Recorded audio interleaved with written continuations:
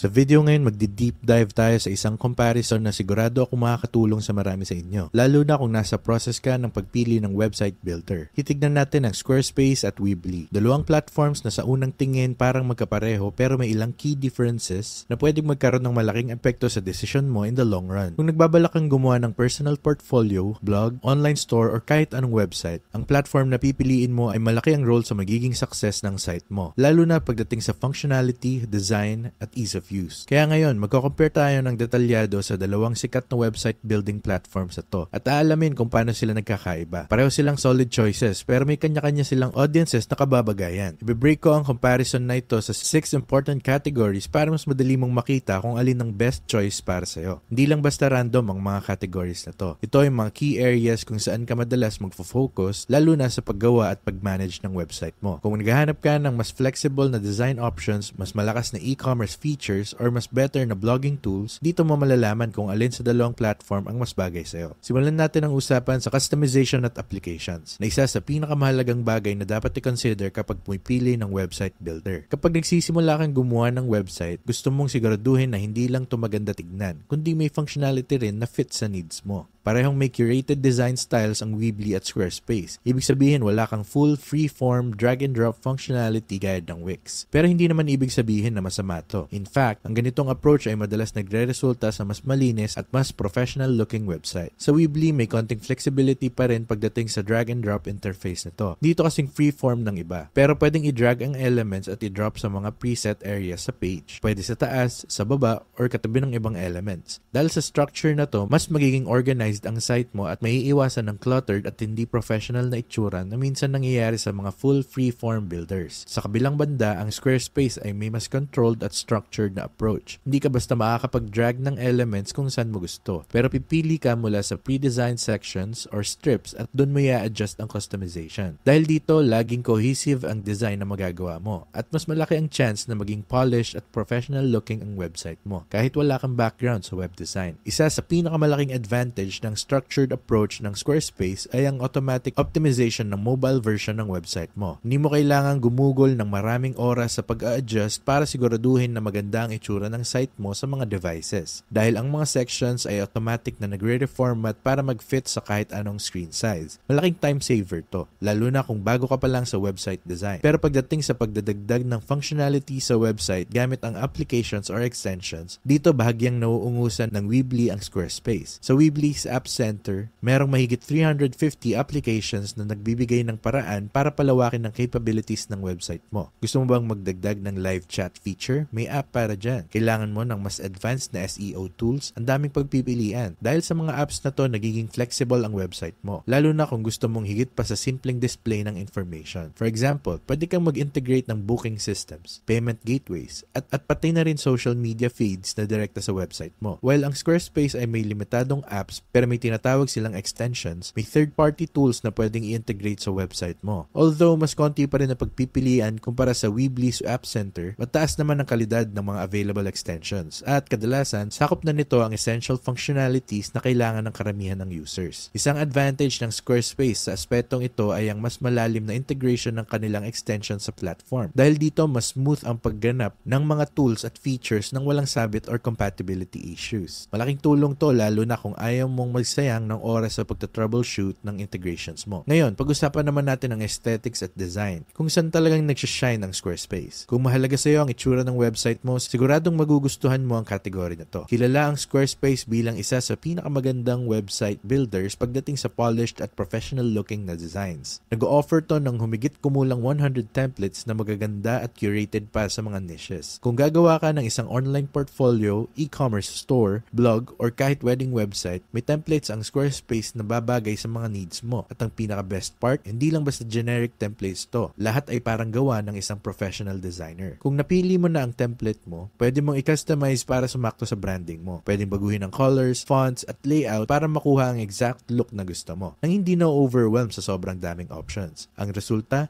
Isang website na mukhang professional at cohesive, kahit na wala kang background sa design. Weebly on the other hand, offers around 40 templates. Maganda pa rin naman yung options nila, pero hindi kasing sophisticated ng templates ng Squarespace. Hindi naman ibig sabihin na pangit ang Weebly templates. Functional at mukhang professional pa rin sila, pero kung pagtatabihin mo yung designs nila with Squarespace, ramdam mo yung difference sa quality. Pero kung hindi mo priority ang design at gusto mo lang makapag-setup ng functional website agad-agad, okay na okay pa rin ang Weebly templates para sa'yo. Pricing. Weebly has a budget-friendly edge. Pagdating sa pricing, dito lumalamang ang Weebly, lalo na kung budget conscious ka. Weebly pricing plans. $6 to $26 per month. May free plan. Free plan, perks, and limitations. May Weebly branding sa domain. Hindi pwedeng gumamit ng custom domain. Pero kung personal website or simpleng project page lang ang kailangan mo, okay na yung free plan to get you started. Gusto mo naman ng full control sa domain mo at tanggalin ang Weebly ads, kailangan mong mag-upgrade sa paid plans. Samantalang ang Squarespace naman ay walang free plan at mas mataas ng konti ang pricing nila, mula $12 hanggang $40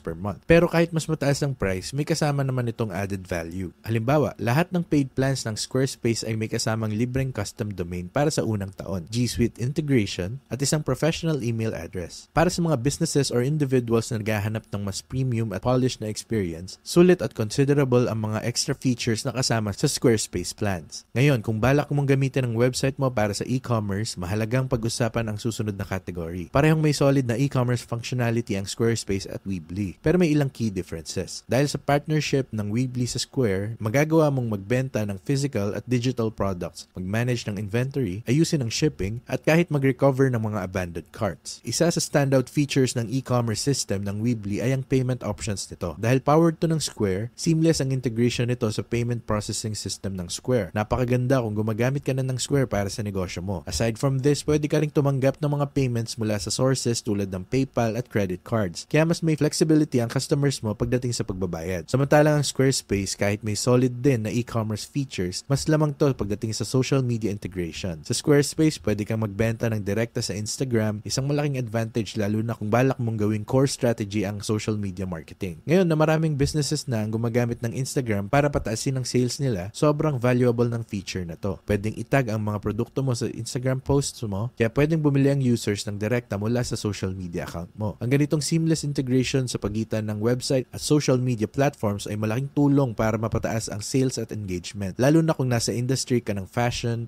art, or photography na heavily dependent sa visuals. Ngayon, punta naman tayo sa blogging. Matagal nang kilala ang Squarespace sa malakas nitong blogging capabilities. Madali ka makakagawa ng blog posts. Maayos mo silang ma-organize gamit ang categories at tags. At makakapagdagdag ka ng rich media tulad ng images, videos, at social sharing options. Isa sa mga standout features ng Squarespace sa category na to ay ang integration nito sa AMP, Accelerated Mobile Pages. Ibig sabihin, mas mabilis mag-load ang blog posts mo sa mobile devices. Isang mahalagang factor para sa SEO at user experience. Bukod pa dyan, may option ka ring mag-schedule ng posts, mag-manage ng multiple authors, at mag-set up ng RSS feed para mas madali mong ma-distribute ang content mo. Overall, ang Squarespace ay nagbibigay ng isang complete blogging solution na perfect para sa kahit sinong gustong gumawa ng high-quality content. Samantalang ang Weebly, kahit hindi kasing kilala sa blogging, may solid pa rin tong blogging tool. Pwede kang gumawa ng posts, maglagay ng categories, at magdagdag ng media. Pareho lang sa kung ano ang kayang gawin ng Squarespace. Isa sa advantages ng blogging platform ng Weebly ay ang pagiging user-friendly nito. Napakadaling i-set up at i-manage. Kaya magandang choice to lalo na para sa mga beginners. Mas may flexibility rin nito pagdating sa navigation. For example,